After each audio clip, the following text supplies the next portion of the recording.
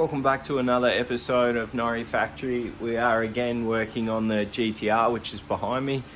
I'm just sort of contemplating now, it was going to be a no-brainer now that the engine's back in the car. I was going to leave it in, have most of it all wired up and plumbed up, but I'm thinking now to put the Hollinger on. I may actually drop the motor back out. 12 seconds later. I think we'll drop it back out. I think I'll just disconnect everything, drop it back out very carefully. I'll tape up the valve covers so we don't damage anything, and we'll go from there. I've disconnected everything. Not a lot of stuff was connected up, mainly just the wiring. Of course, the subframe bolts. So what I do when I support underneath the engine when we lift it or drop it down is you'll actually find that the subframe doesn't sit dead level. So you have to chop the front slightly and the back drops down. And I think I'm going to swap over some turbo drains and bits and pieces now that we've got the hot side here. I'm going to just hold the manifold up on it as we lower or raise the vehicle, lower the motor, just to see if it'll fit, because it is much easier to torque spec the turbo manifold up while it's out. It's obviously a little bit harder with the torque wrench while it's in there. Let's raise him.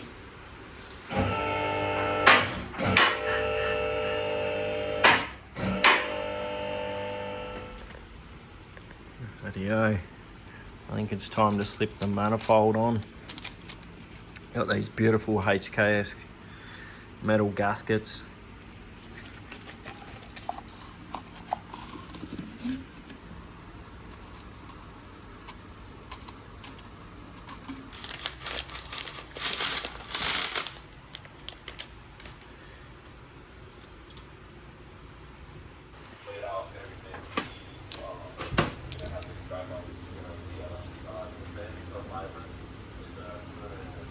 Rightio, time to plumb up the turbo. I'm going to do that now that the manifold's on and sitting pretty. I don't know if the turbo is going to fit up past the rail when we drop it down, so it may stay off, but it's a good time to plumb it in. What we're going to do is go through and do the turbo feed and supply for the coolant. So we've got our coolant feed and return here, these ones here, and then we've got oil drain, obviously, which is the bigger one, and then turbo oil supply, which is the smaller one there. GCG have already put an oil restrictor in it for me. One of the coolest things we've got is these from Raceworks. Now, these fittings bolt onto the bottom and top of your turbo for your oil supply. So we've got return there, which is small, and then there, look at our box of goodies here. We should have a large one there, so that will be oil supply, the small one, and then we have oil return, the bigger one. But when it fits on, I just had to shave the tiniest amount just off one side because it rubs on the clamp.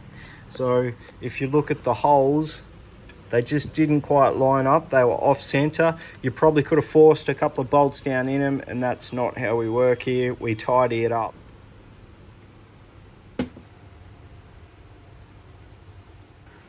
So the turbo's on and fitted, the manifold's on and fitted, got some nice titanium hardware, got it on. And what I'm going to do now is we're actually going to fit the TI dump pipe that Fuel by Thad made for us.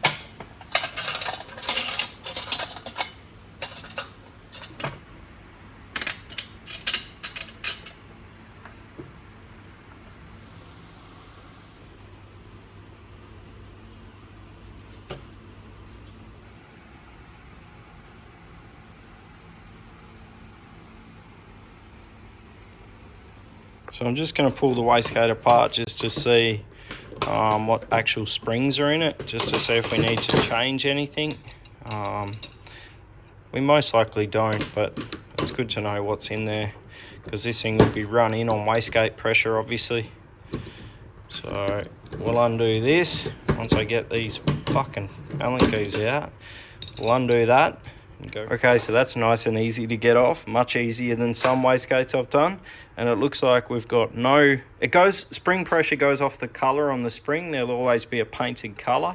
So it looks like we've got blue on the centre one and none on the outside one. So now I'll just refer to the manual and see what that means. To access the instructions, you scan that bad boy there, give that a click, go straight to our instructions for our sexy little wastegates.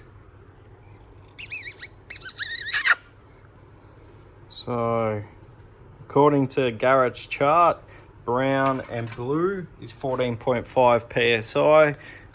That's not a bad pressure. I probably will jump it up to like 16, but on running, let's just stick with 14.5. We know it's safe, and I do love hearing the wastegate open. 3 days later.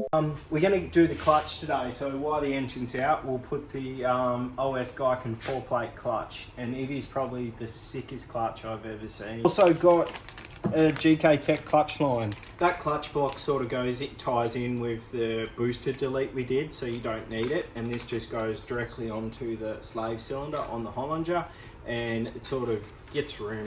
It deletes any opportunity for error.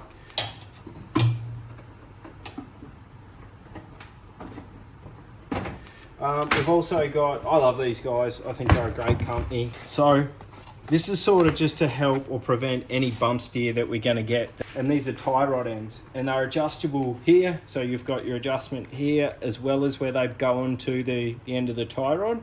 And you've also got how high you can put them. So you can change, say if the suspension arm's on an angle like that, you can put these shims under here to bring it up. I think these are really going to help. Like if we look at our suspension arm now, if you take a look at that, so these are actually hard race ones, but of course they're non-adjustable. So if you can sort of see how your arm's sitting, you can sort of tell there whether you can adjust the height of it up or down, and that goes with the suspension arm. So that's a cool little kit from those guys. And it's also way stronger too, so if you ever have any hard cornering, you're never going to bend a tie rod end, or you probably break the steering rack before you bend this. Now, what I do have from Raceworks is, I haven't actually looked at this yet, so we'll get it out on the bench.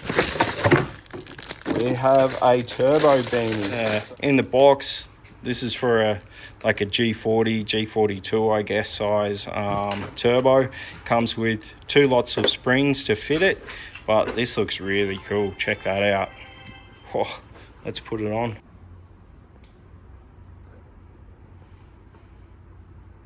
So I thought long and hard about the heater hoses here today, and it's like 35 degrees in the workshop and humid AF. So this is what I did with the heater hoses. Thanks for coming. That's it, heater hoses sorted. Nah, it's far too hot to run a heater in central Queensland, so I should have thought about that more. It's always there to go back together if I ever need to put the car back to standard for whatever reason, or it's not going to lose its value because this is a beautiful original KH2 GTR. So I've just done that for now, and honestly I could have hooked it up, but it looked messy, so I want to keep the engine bay clean. That's fine to do that. We need the aircon, that's the main thing. Aircon is super important because I want to be able to cruise in this car comfortably. So what we'll do is just connect this heater line here, just connect it straight into the side of the block to there. So just join that up. That'll keep it nice and fresh. I will run a coolant line probably from this outlet here just around to here to this -8, just to get a bit of coolant flow behind the back of the head, just so you want your coolant to go in a big circular motion. So from the radiator down through the water pump, through the block, through the turbo. The turbo will probably go back to the radiator, or it can go back to the other side of the head, around the back of the head, through the inlet manifold, and then back into the radiator. Nice and simple, big circle. So I've actually come across the first problem that I've had that hasn't been mentioned to me previously, and I didn't know this would happen, but I've gone to put the NOx sensors on. Now I've got new Bosch Motorsport NOx sensors, so I've got running 2 NOx sensors obviously, and I also got the Platinum Racing Products RB30 NOx sensor kit. So with a cast RB30 block, most of them come out with a 10mm bolt hole for the NOx sensor. Okay, so it was 10mm like that. What Platinum Racing Products have done is created this little insert that winds in, and it creates a nice flat surface area for the NOx sensor to go on, and it also turns it into an 8mm hole, which is what the Bosch Motorsport sensors are. So if you put that Bosch sensor on that. That's going to get a nice flat area, going to get knock detection to the sensor. So I thought this would be all I need, but it's actually already got the 8mm holes ready for the Bosch knock sensors, which is great. So I don't need that PRP kit. But what I have noticed is where the knock sensor goes on, which is right here, nice 8mm spot for it, it hits right on the bottom of the head, actually fouls. See that? See how it's hitting on it? So you can't have that. It's got to be clear so we get good knock detection.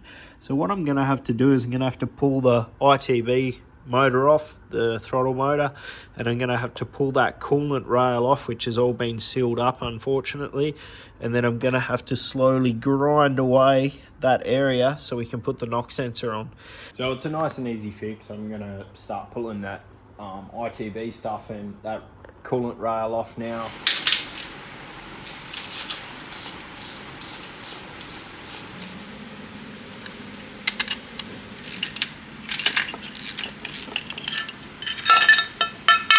You can clearly see now, see the bit that fouls on the knock sensor? So it hits right on that bit there. And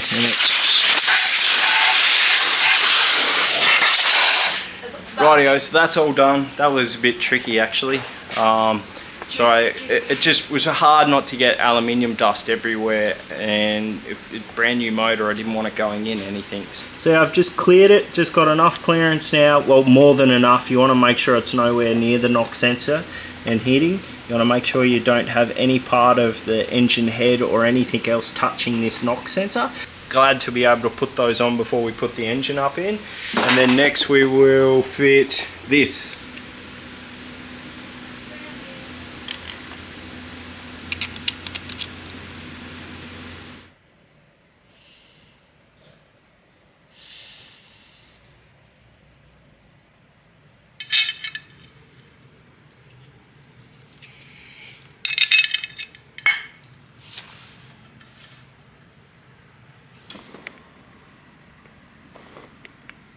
Now I've got the two knock sensors in place and they're not fouling on anything, which is great, as you can see there.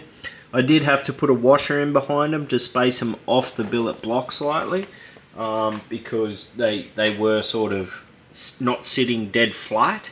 So I had to put a washer in behind them just to bring them off so they sit flat. You want your knock sensors to sit on a nice flat surface. Everything's back together, all siliconed up, as you would have seen. Just got to put a couple of bits of Loctite on this bracket bolts for the drive-by-wire motor, then we can hook that back up. Another job is, I didn't realise, and this is good information for everybody doing a billet block or an RB30 block. When you use the Hypertune manifold, exhaust manifold, it actually hits on the rear engine mount bracket bolt. So I'm not sure if you're going to see it or not, just up under there, it actually hits on that bolt. So you actually have to run low profile bolts. Just in time for Christmas, or the Christmas break I should say, Raceworks have come through with all the finishing pieces I need to do to get the motor back up in, get all the turbo plumbed, get the fuel lines from what we've done so far up to the firewall onto the fuel rail. Just lots of little pieces. There's a new oil pressure sensor or oil pressure regulator that we're going to run for the turbo. That's actually a new product by Turbo Smart. It's a OPR, which is oil pressure regulator. The beauty of this oil pressure regulator is there's no bleed off line or return line. So it just goes in line from your oil feed, so to your oil feed to the turbo.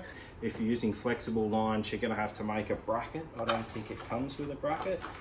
No, but it's quite light and nimble, and it's also got a filter in there. Pretty sick though. Absolutely awesome product. Thank you, Raceworks. Got this massive Dash 16 bung, which is to cover that absolute monster hole in the side of the block. We've got our right turbo sensor, speed sensor turned up. The Gen 2 one, which is slightly different.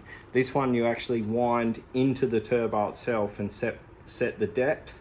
The Gen 2 one just sort of bolts straight up and on. So thank you GCG for sorting that out.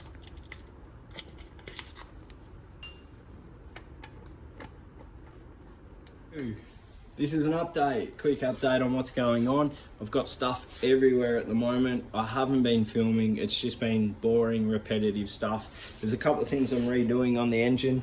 I'm redoing all the oil pump stuff in Raceworks. Thank you, Raceworks. Absolute awesome products. I'm using their Dash 16 nylon braided hose. We've got a Dash 16, nice big Dash 16 flow into the oil pump, which will come out Dash 12 high pressure, so it drops down the size. We just want to make sure we got no cavitation. I did a little bit of modifying to the Dash 16 fitting. So this was the Dash 12 one that was in there. See how it's been laved out and shortened. So I shortened the Dash 16 one and also laved it out. So it's actually got even more flow now. So it should get really good oil flow to that oil pump. We should have no cavitation whatsoever. Just lots of cool stuff, but lots of boring stuff for you guys. So it's probably going to be Christmas when this video goes up. So everybody, Merry Christmas. I truly appreciate the support over the last 8, 9, 10 months that we've been going. Not very long.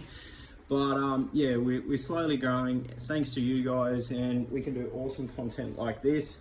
The other reason I haven't been uploading much lately is just because I've been so busy at work. So really busy time at work for me, but let's get stuck into this car now.